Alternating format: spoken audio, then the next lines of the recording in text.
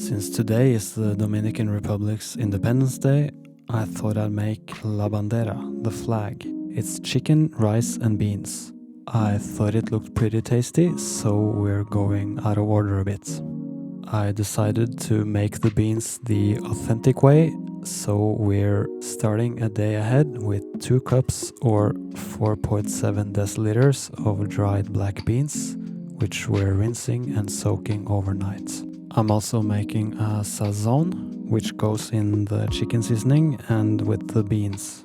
So we're blending together red and green bell peppers, 1 onion, spring onions, cilantro, garlic, lime, vinegar and some honey and some salt. The total amounts are in the description. Then we're making the seasoning or marinade for the chicken. You see me handling the chicken, and just to reassure you, I'm washing my hands thoroughly after each time. So first we're crushing 2 cloves of garlic in a mortar and pestle. We're salting the chicken. Then we're adding 3 teaspoons of adobo sauce, half a teaspoon of oregano, a couple of pinches of pepper, and some achiote paste. This is the first time I've tasted this. The best way I can describe it is it tastes kind of earthy and tart and slightly bitter. Then we're adding the garlic, 2 tablespoons of sazón, and we're mixing it together thoroughly, making sure that the achiote gets evenly distributed. Then we're putting it in the fridge overnight along with the rest of the sazón.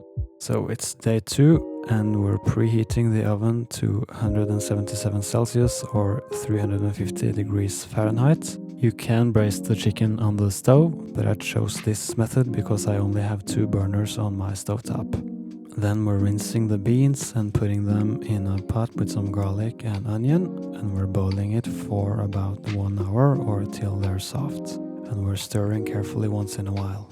The beans ended up taking way longer than expected, so if I make this again, I'll make sure that they are closer to being done before starting the chicken. But this time I started browning the chicken after the beans had been cooking for about 20 minutes. When it's browned on both sides, we are transferring it to a baking dish with 2 deciliters or a little less than a cup of chicken stock, 1 deciliter or half a cup of white wine, and some of the marinade mixed with water. The liquid should cover the chicken about halfway. Then we're braising it for about 20 minutes covered. Then we're rinsing 1 cup of rice till the water runs clear to remove some of the starch. This will make for a fluffier rice, which is what we're going for here. Then we're adding 1.5 teaspoon of salt for 1.5 cups of water before adding the rice and letting it boil for about 18 minutes. Then we're taking it off the heat and letting it rest for 10 minutes before carefully mixing it to distribute the water. After about 90 minutes, the beans had finally started to soften up a bit, and so we're adding a tablespoon of sazón, 2 tablespoons of tomato puree, some pepper, the rest of the chicken stock, and some cilantro. After the chicken has been cooking for about 20 minutes, we're turning up the heat to 220 Celsius or 425 Fahrenheit and cooking the chicken uncovered for another 20 to 25 minutes or till the chicken is crispy and golden brown. Then we're adjusting the beans with some salt, vinegar and honey to taste. Okay, time to assemble. And to give a vague impression of the Dominican Republic's flag, we're putting some rice in the middle, some beans on the right, and some chicken to the left. Okay, time to taste. The beans are really tasty, although I'm not convinced that it's worth it to use not pre-boiled beans. But I might be wrong, and I'm probably going to be doing this again in this series. I think the chicken is the best part of this dish.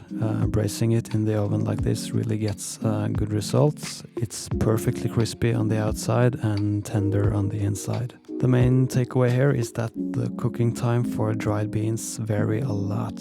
According to other recipes, the expected cooking time is like 70 minutes. Mine ended up taking almost 2 hours. So if I make this again, I'll be checking the doneness of the beans before starting on the chicken.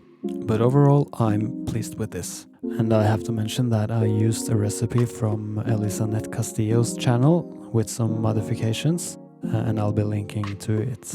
And I'll be seeing you next time for some Albanian tave kosi.